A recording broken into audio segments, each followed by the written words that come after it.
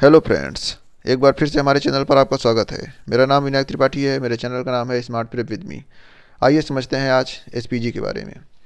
SPG के बारे में भी आप बहुत ज़्यादा सुने होंगे, जैसे एसपीजी हो गई, एनआईए हो गई, आईबी हो गई, रा हो गई।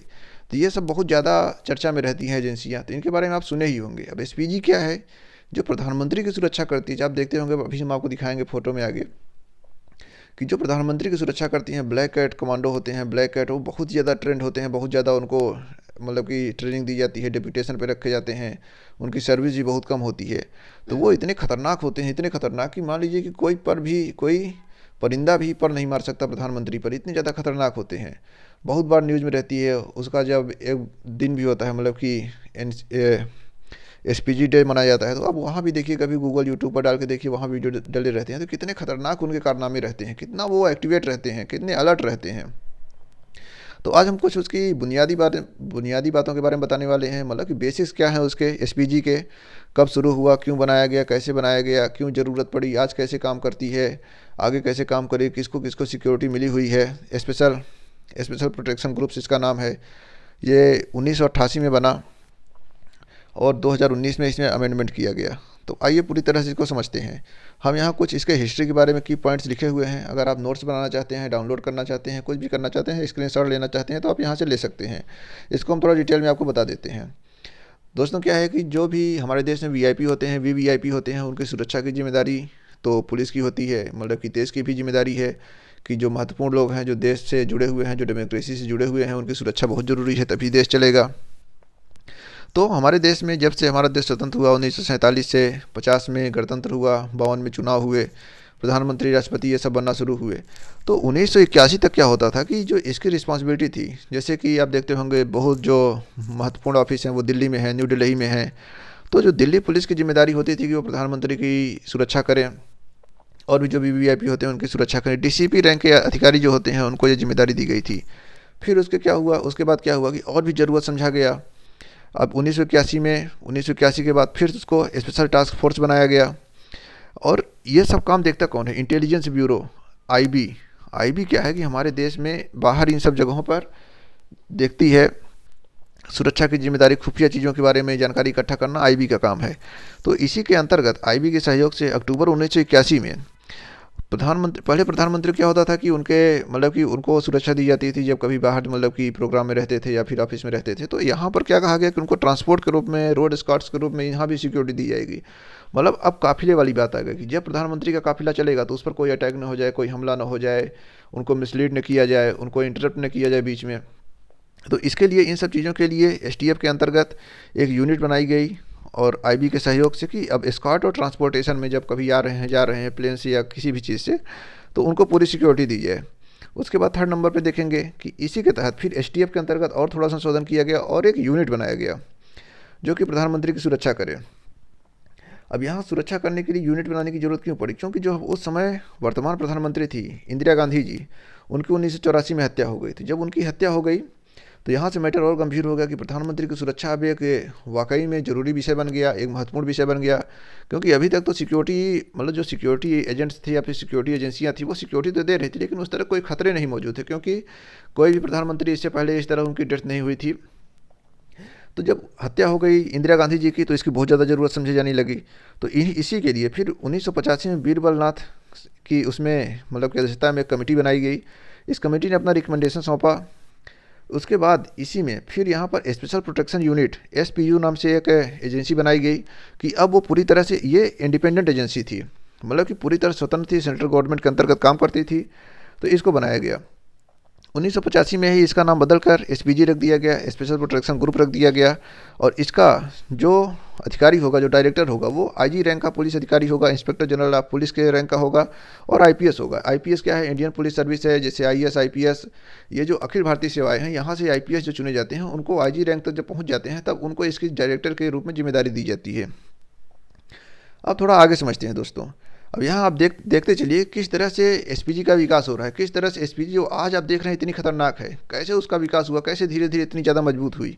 फिर जब स्पेशल मतलब कि ये ग्रुप बनाया गया, यूनिट बनाई गई, तो फिर वहाँ से सचिवालय के अंतर्गत राष्ट्रपति के निर्देश से पोस्ट निकाली गई, भर्ती किए गए।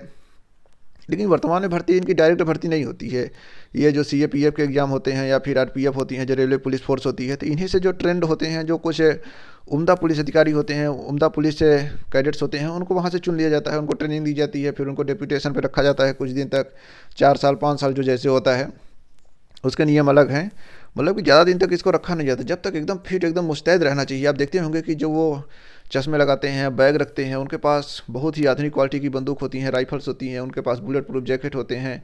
मतलब बहुत एक तरह से मान लीजिए कि वो पूरी तरह से टैंक की तरह काम करते हैं, कि वो बुलेट प्रूफ होते हैं, उनके पास बंदूक भी होती है, बहुत सारे हथियारों से वो लैस होते हैं, जो कि दुनिया के इस समय अत्याधुनिकम अत्यधिक जो नवीन वो हैं हथियार हैं, वो सब उनके पास रहते हैं। बुलेट प्रूफ जैकेट, एक तरह से मान लीजिए कि प्रधानमंत्री को पूरा एकदम वो साय की तरह एकदम घेरे रहते हैं। उनकी संख्या को निर्धारित करती है जो एजेंसी है, पूरे देश में उनको आने जाने के लिए ये सब जिम्मेदारी पूरा SPG की है। जब प्रधानमंत्री कहीं जाते हैं तो वो SPG की जिम्मेदारी है कि वो वहाँ कुछ दिन पहले, हफ्ते महीने पहले से वहाँ रेकी करना शुरू कर देती है, वहाँ की जानकारी इकट्ठा करना शुरू कर देती है। तो पूरी सिक्योरिटी की जो जिम्मेदारी है प्रधानमंत्री को, SPG के अंतर्गत आती है। अब SPG यहाँ पर IB से सहयोग लेती है, जो स्थानीय पुलिस है वहाँ से सहयोग लेती है। तो इन सब चीज़ों से सहयोग लेके SPG पूरा एक तरह से मान लीजिए कि प्रधानमंत्री कार्यालय की, प्रधानमंत्री ऑफिस की, प्रधानमंत्री के स्कॉट्स की, प्रधानमंत्री के परिवहन की, प्रधानमंत्री के जुलूस की, प्रधानमंत्री के हर जगह SPG एकदम साय की तरह छाए रहती है प्रधानमंत्री को। अब आगे बढ़ते हैं। फिर दोस्तों क्या होता है, 1985 से 1988 तक इसी नियम के तहत SPG अपना काम करती रही। फिर 1988 में राजीव गांधी की सरकार आई और राजीव गांधी ने SPG को कानूनी रूप दिया, SPG एक्ट बनाया। अब एक्ट बन गया तो चीज़ें कानूनी हो गई। अब एक तरह से मान लीजिए कि सब कुछ सही चलने का नंबर आया, कि ज़रूरत समझी गई कि भाई सिक्योरिटी की ज़रूरत है तो पूरा इसका बुनियादी संरचना होना चाहिए, ऐसे नियम से कब तक चलेगा, कोई नियम बदल देगा। तो पूरा इसको एक्ट बना के पूरा कानून का रूप दिया गया। उसके बाद अब राजीव गांधी का क्या था कि राजीव गांधी वाले में जो एक्ट बना, तो वहाँ ये परमिशन दिया गया कि प्राइम मिनिस्टर और एंड हिज इमीडिएट रिलेटिव्स, मतलब उनके जो बहुत ही करीबी संबंधी हैं, करीबी संबंधी मतलब जो उनके साथ रहते हैं या फिर उनके साथ काम करते हैं, मतलब कि जो प्रधानमंत्री के बराबर ही लगभग इंपॉर्टेंट हैं देश के लिए या फिर उनकी पार्टी के लिए, तो उनको ये सिक्योरिटी दी जाएगी। अब 1900 जब ये इनकी हत्या हो गई राजीव गांधी की, अब राजीव गांधी की हत्या हो गई तो उसमें क्या खेल था, राजीव गांधी उस समय प्रधानमंत्री की ये सुरक्षा लिए हुए नहीं थे, तो उनकी हत्या हो गई। मतलब SPG उस समय उनको प्रोटेक्ट नहीं कर रही थी, वो चुनाव होने वाले थे या फिर वो प्रधानमंत्री नहीं थे उस समय, तो उनको ये सुरक्षा नहीं मिली हुई थी। तो जब उनकी डेथ हो गई तो उसके बाद इसमें कुछ और सुधार किए गए। अब कहा गया कि जो प्रधानमंत्री हैं, जो पूर्व प्रधानमंत्री हैं, फॉर्मर प्राइम मिनिस्टर हैं या फिर उनके रिलेटिव्स हैं, इमीडिएट रिलेटिव्स हैं, उनको सुरक्षा मिलेगी। मतलब कि अभी तक क्या होता है, केवल प्रधानमंत्री को मिलती थी, लेकिन अब फॉर्मर जो पूर्व प्रधानमंत्री हैं उनको भी सुरक्षा मिलेगी। यहाँ देखिए लिखा हुआ है कि IB के सहयोग से, मतलब कि IB डिटरमिन करेगी, जैसे कि वहाँ पे दिया गया कि 10 ईयर्स तक सुरक्षा दी जाएगी, या फिर जब 10 साल ख़त्म हो जाएगा पूर्व प्रधानमंत्री या फिर उनके इमीडिएट रिलेटिव्स जो हैं, करीबी रिश्तेदार हैं, तो उसके बाद IB एक तरह से रिव्यू करेगी। IB जांच करेगी कि हाँ इनको आगे सिक्योरिटी की ज़रूरत है कि नहीं है। अगर उनको आगे सिक्योरिटी की ज़रूरत है तो फिर आगे भी उनको सिक्योरिटी मिलती रहेगी। इसी तरह आप देखेंगे कि सोनिया गांधी, राहुल गांधी, प्रियंका गांधी या फिर और लोग हैं जिनको कि अभी तक 2019 तक, जब तक इस एक्ट में संशोधन नहीं हुआ था, तब तक उनको SPG की सुरक्षा मिल रही थी। तो कहने का मतलब ये है कि 10 साल तो लिखा था, लेकिन खतरे को देखते हुए, जो थ्रेट्स हैं उनको देखते हुए इसको आगे भी बढ़ाया जा सकता था। इसकी जांच IB करेगी, IB के रिकमेंडेशन पर इसको आगे बढ़ाया जा सकता था। फिर दोस्तों क्या हुआ कि नवंबर 2019 में संसद में इसका संशोधन पारित किया गया, क्योंकि बहुत ज़्यादा, जैसे कि मान लीजिए कि हर आदमी को उतना खतरा नहीं रहता है, या फिर खतरा घटता बढ़ता रहता है, या फिर हमारे देश में और भी जो Z+ सिक्योरिटी है, Z सिक्योरिटी है, Y सिक्योरिटी है, X सिक्योरिटी है, तो कई लेवल की सिक्योरिटी है। तो ज़रूरी नहीं है कि हर आदमी को SPG दी जाए, क्योंकि SPG को चलाने में साल भर में कम से कम 400-500 करोड़ रुपये का खर्चा आता है। तो जो देश का पैसा है वो अनर्गल नहीं खर्चा होना चाहिए, अनावश्यक रूप से नहीं खर्च होना चाहिए। जिसको सिक्योरिटी की ज़रूरत है तो उसी को होना चाहिए। तो अभी जो संशोधन हुए उसमें तो बहुत ही खास संशोधन हुए, बहुत ही मतलब एक तरह से मान लीजिए कि बहुत ज़्यादा उसको सख्त बना दिया गया। अब क्या है इस समय संशोधन में, उसको हम आगे समझते हैं। यहाँ देखेंगे दोस्तों कि हम 2019 में जो संशोधन हुए उसके महत्वपूर्ण विशेषताओं के बारे में बात करने वाले हैं। अब तो बात करने वाले में क्या है कि निर्धारण कौन करेगा, सेंट्रल गवर्नमेंट करेगी, और जो एजेंसीज हैं IB हैं ये सब एजेंसी की हेल्प से करेगी। अब यहाँ पात्रता सबसे इम्पॉर्टेंट है। इसी वजह से आज देखेंगे, आज केवल प्रधानमंत्री नरेंद्र मोदी के पास SPG सिक्योरिटी है, बाकी लोगों के पास से हट गई। पहले क्या था, उनकी माता के पास भी सिक्योरिटी थी, उनकी वाइफ के पास भी सिक्योरिटी थी, जो मतलब उनकी वाइफ है, जो भी सिस्टम है। और इसके अलावा सोनिया गांधी को, राहुल गांधी को, प्रियंका गांधी को, इन लोगों को भी SPG सिक्योरिटी मिली हुई थी। तो इन सिक्योरिटीज़ में अब क्या हुआ, इस एक्ट में बदलाव करे कहा गया कि पीएम और पूर्व पीएम प्लस करीबी। अब यहाँ देखिए, पीएम को मिलेगी, पूर्व पीएम को मिलेगी, प्लस करीबी को मिलेगी। तो यहाँ इसी शर्त मनमोहन सिंह को भी मिली थी, उनकी भी हट गई। क्यों हट गई कि यहाँ पर ये भी कहा गया कि जब पहले क्या होता था कि अगर प्रधानमंत्री की हट गई, जैसे मान लीजिए जो करीबी हैं, जो साथ में रहते हैं, उन्होंने कुछ ऐसा काम किया है, उनके ऊपर सिक्योरिटी का खतरा है, तो प्रधानमंत्री की तो हट सकती है, लेकिन उनकी बनी रह सकती थी, ऐसा नियम था। लेकिन इस बार के नियम में ऐसा बदलाव किया गया कि भाई अगर हटेगी, प्रधानमंत्री की हटेगी तो फिर सबकी हट जाएगी। यहाँ ये लाइन देखिए, अब पूर्व पीएम की हटेगी तो उनके साथ जिनको जितने लोगों की मिली थी सबको हट जाएगी।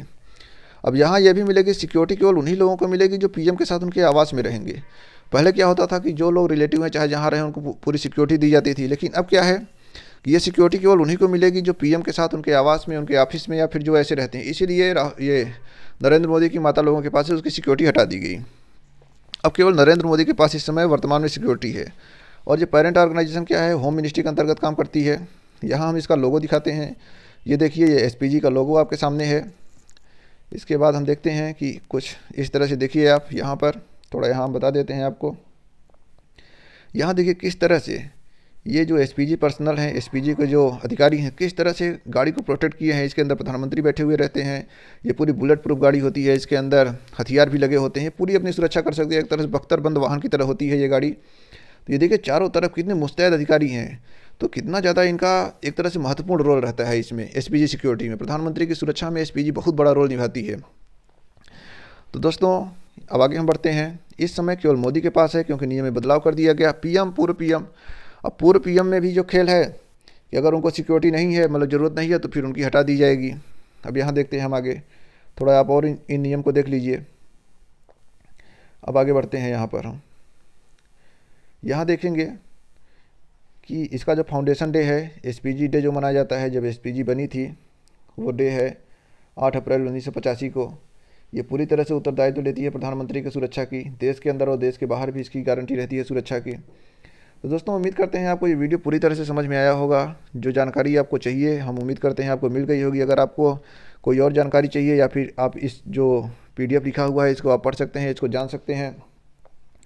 और आगे ऐसे ही महत्वपूर्ण एक्ट के बारे में हम चर्चा करते रहेंगे। जो महत्वपूर्ण एक्ट, जो महत्वपूर्ण बदलाव हुए हैं उसके बारे में हम चर्चा करते रहेंगे, जिससे आपको ज़्यादा से ज़्यादा जानकारी हम देते रहें। अगर आपको किसी महत्वपूर्ण एक्ट के बारे में, किसी भी नियम कानून के बारे में बदलाव की जानकारी चाहिए तो आप हमें कमेंट सेक्शन में जरूर बताएं। हम ऐसे ही जानकारी आपको उपलब्ध करवाते रहेंगे। जैसे हमने अभी एसपीजी के बारे में बताया, हमने कंज्यूमर प्रोटेक्शन के बारे में बताया, जो उपभोक्ता संरक्षण कानून बनाया गया उसके बारे में बताया, और भी ऐसे कई सारे कानून बनाए हुए हैं जिसके बारे में आप हमारे प्ले लिस्ट जाकर चेक कर सकते हैं, जान सकते हैं।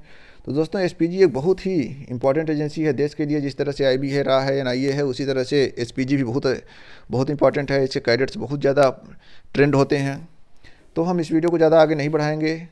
दोस्तों अगर ये वीडियो आपको अच्छा लगा हो तो इस वीडियो को लाइक करें, हमारे चैनल को सब्सक्राइब करें, जाते जाते घंटी की बटन बेल आइकन को जरूर प्रेस करें, जिससे हम ऐसे वीडियो अपलोड करते रहें, नए नए अपडेट्स डालते रहें, तो आपके पास नोटिफिकेशन पहुँचता रहे। इस वीडियो को यहीं पर खत्म करते हैं। धन्यवाद। जय हिंद।